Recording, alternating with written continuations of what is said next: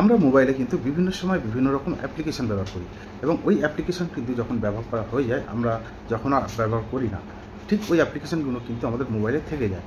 যার কারণে কী হয়, যার কারণে আমাদের মোবাইলের স্টোরেজ ফুল হয় এবং মোবাইলটা হ্যাং করতে থাকে, স্লো চলতে থাকে।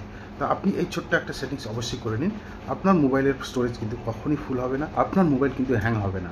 আপনি যতই অ্যাপ্লিকেশন ব্যবহার করুন, আপনি এই ছোট্ট সেটিংসটার মাধ্যমে কিন্তু আপনি যে অ্যাপ্লিকেশনগুলো ব্যবহার করছেন না, সেগুলো কিন্তু অটোমেটিক আর্কাইভ হয়ে যাবে। তো সেই চমৎকার সেটিংসটা কীভাবে করবেন চলুন দেখে নিন। প্রথমে আপনি আপনার গুগল প্লে স্টোর, মোবাইলের যে প্লে স্টোর অ্যাপ্লিকেশান আছে ওপেন করবেন। ঠিক তারপরে উপরে প্রোফাইল আইকন আছে, এই প্রোফাইল আইকনে ক্লিক করবেন। ঠিক তারপরে সেটিংস অপশন পাবেন, এই সেটিংসে ক্লিক করবেন। এখান থেকে জেনারেলে ক্লিক করবেন। এই জেনারেলে ক্লিক করার পরে এখানে একটা অপশন পাবেন, দেখুন অটোমেটিকলি আর্কাইভ অ্যাপস।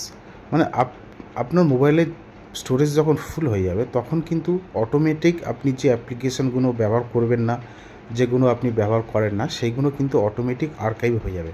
যার কারণে কিন্তু আপনার মোবাইলের স্টোরেজ ফুল হবে না। ধন্যবাদ।